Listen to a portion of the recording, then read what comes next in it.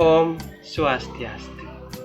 Perkenalkan, saya Ibu Du Ermawan, calon guru penggerak angkatan 7 dari SMP Negeri 4 Tegaralang, Kabupaten Gianyar, Provinsi Bali.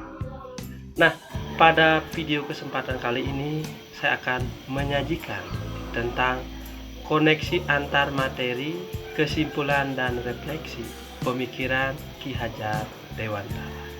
Nah, seperti apa koneksi antar materi yang saya maksud? Ini dia. Pertama, saya ingin menyajikan pandangan terhadap siswa dan pembelajaran sebelum saya mempelajari modul tentang filosofi pendidikan Ki Hajar Dewantara. Yang pertama yang saya rasakan adalah saya selalu memikirkan beban materi yang harus diajarkan ke siswa. Kemudian saya beranggapan bahwa siswa itu harus mampu mencapai KKM. Bahkan saya selalu menuntut siswa agar siswa itu bisa melampaui KKM yang saya harapkan. Kemudian saya juga beranggapan bahwa siswa yang saya nilai tinggi, yang nilainya tinggi, itu pasti siswa pintar. Dan saya terkadang memberi hukuman untuk mendisiplinkan siswa saya.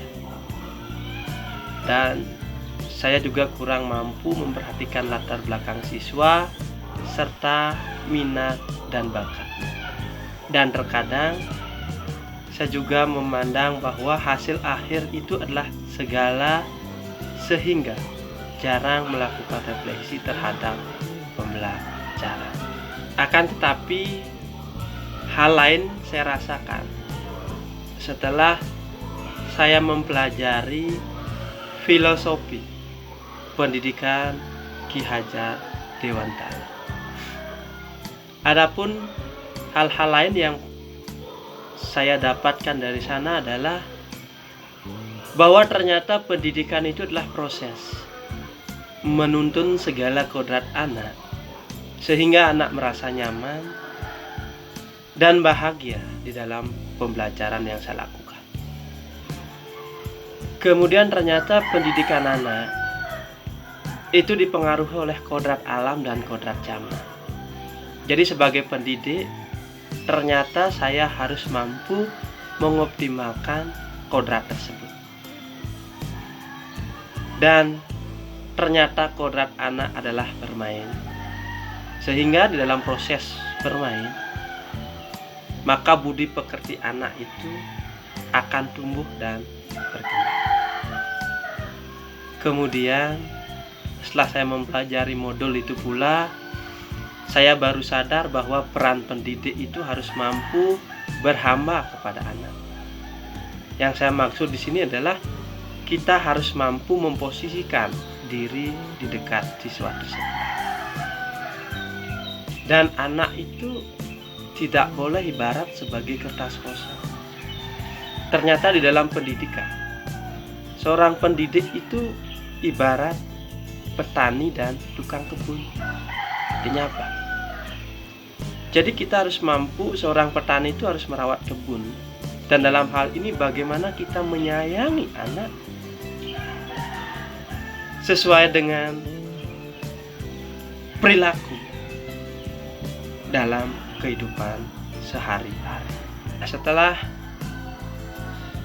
saya mempelajari modul tentang filosofi pendidikan Ki Hajar Dewantara, yang bisa saya segera terapkan agar kelas saya mencerminkan pendidikan Ki Hajar Dewantara adalah, yang pertama saya akan mendesain pembelajaran yang menyenangkan bagi siswa.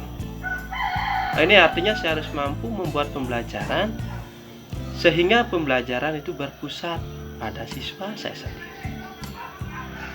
Kemudian saya akan menyisipkan nilai-nilai budaya di dalam pembelajaran, khususnya budaya yang ada di daerah saya, budaya Bali.